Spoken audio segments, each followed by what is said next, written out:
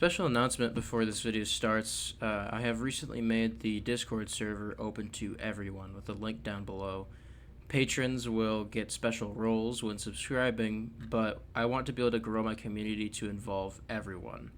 I would love to see events on the server in the future with more people, playing Magic games with people, and hosting giveaways. Now on with the video. 2019, March 1st. At 12:25 p.m., Wizards of the Coast announces on their weekly MTG show, Modern Horizons. A set with cards that are all immediately usable in the modern format, skipping standard. However, on the horizon, one card would shake the entire format.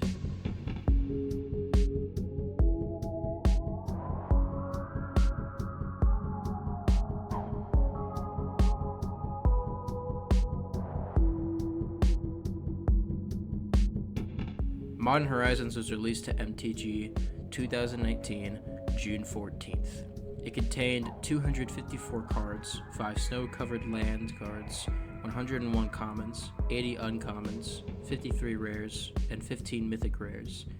It was packed to the brim with powerful cards that award longtime players who were in-depth with the mechanics of the game. Many cards with old keywords, some returning characters in MTG lore with powerful revisions. In concept, Modern Horizons was dubbed as Time Spiral 2 or Planar Chaos 2, with Mark Rosewater calling it a love letter to the Time Spiral block.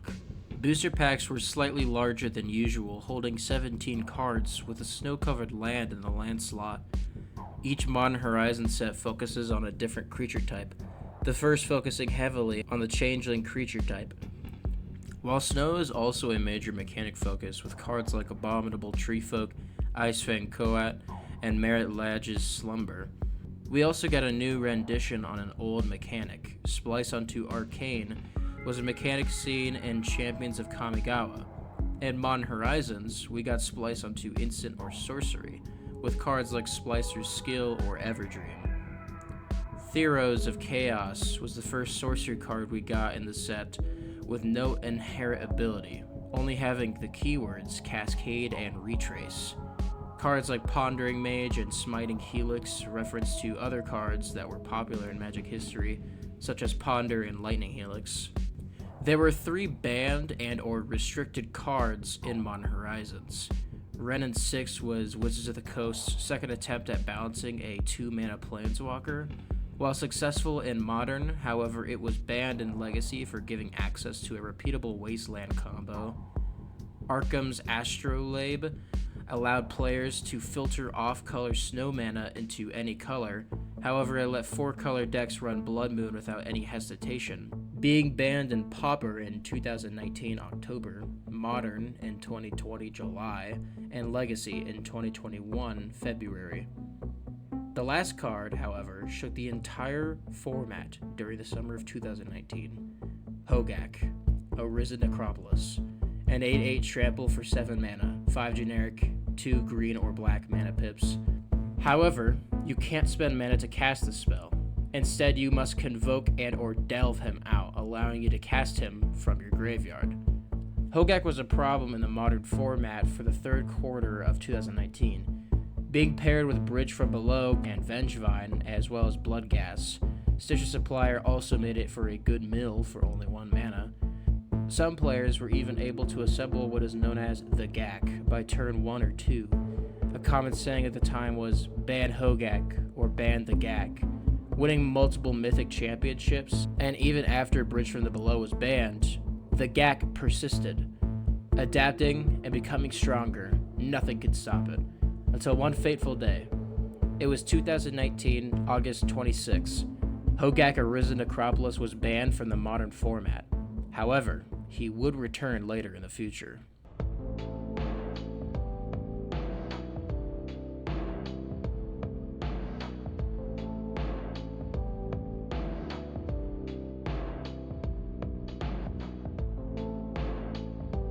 The date is 2021, May 7th, and Modern Horizons 2 is announced.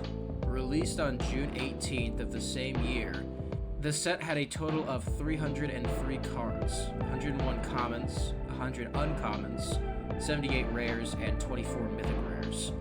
This set introduced a new type of art for newly printed cards for the set. Sketch art showing the artist's sketches for a card. Sometimes the card will have flavor text that were fragments of the art description written by the artist. Modern Horizons 2 continued the theme of focusing on a certain creature type, this time being squirrels, getting many new cards to support squirrel tribal decks, such as Chatterfang, a new Golgari squirrel commander. We also got some pretty big powerhouse cards in this set. Ragavan and Urza Saga were immensely powerful. Ragavan posing a huge turn 1 threat, same with Urza Saga, both of which are still legal and still very strong in the Commander format. Ragavan was hugely impactful in Modern and Vintage, but was banned in Legacy on 2022 January, and was later banned in Historic. Urza Saga was later banned in Vintage in 2024 August for its way too powerful ability to tutor for most of the Power 9 cards. They also continued the trend of having cards referencing other cards, such as Bloodbraid Marauder referencing Bloodbraid Elf, and Abundant Harvest referencing Abundance. Modern Horizons 2 brought many format-changing cards to the table, while also being one of the best-selling sets alongside other sets like Modern Horizons 3 and Lord of the Rings.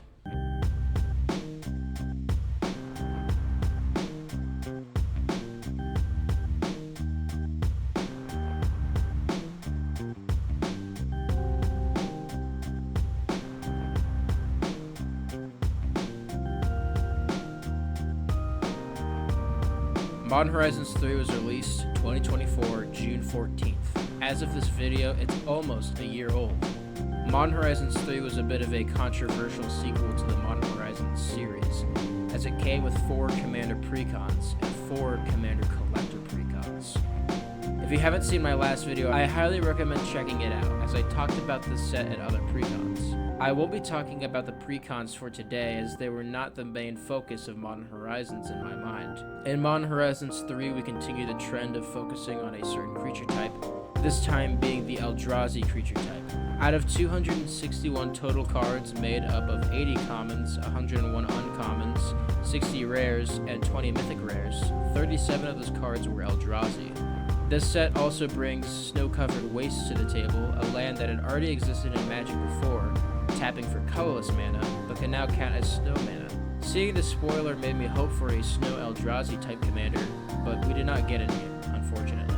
Naga, Vashino, and Cephalid were all folded onto a different creature type, snake, lizard, and octopus. About 7 weeks before Modern Horizons 3 release, we got a substantial amount of spoilers, forcing Wizards of the Coast to quickly release some official spoilers for the set. We got plenty of double-face cards, not only for planeswalkers, but also multiple instants and sorceries that can be played as lands instead. Many old keywords were brought back with this set, such as Grandier, Revolt, Outlast, and Mentor, as well as much more, of course. Modern Horizons 3 also was the first set to have the Kindred card type, formerly known as Tribal.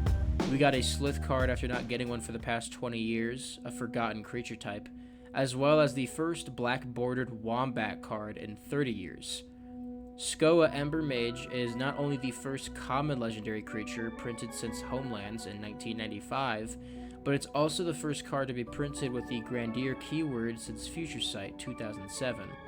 Before Modern Horizons was even released, one card got banned. A certain common card, known as Cranial Ram, was banned from Pauper before even being released. This is due to the fact that it was similar to other cards also banned in Pauper, Cranial Plating, and All That Glitters, and was seen to possibly have a massive effect on the format, preemptively banning it on 2024 June 6.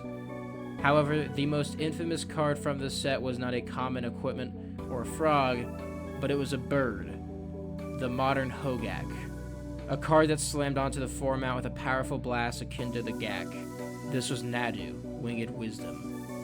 The card had powerful combos with other 0-mana activated abilities like Shugo, absolutely dominating at Pro Tour Modern Horizons 3 with infinite mana generating and drawing combos, annoying long turns, and more. As a result, it was banned from Modern much quicker than Hogak was, seen as being a much stronger card than the infamous Gak. So strong, in fact, it was soon banned from Commander for creating long, non-deterministic combos. I love Modern Horizons 3. I drafted it with friends in real life and in Arena. I got the Lurgoyf Tribal Precon for Commander, gift boxes for birthdays, and a lot more. Modern Horizons as a whole is an awesome idea, pushing the format to the extremes with all kinds of cards that pack a punch. Let's just hope that there won't be another GAC on the horizon for the 4th set. Thank you all for watching the video. I hope you enjoyed it and look forward to videos in the future. And special thanks to all my Patreons. I'll see you all in the next one. Have a good day.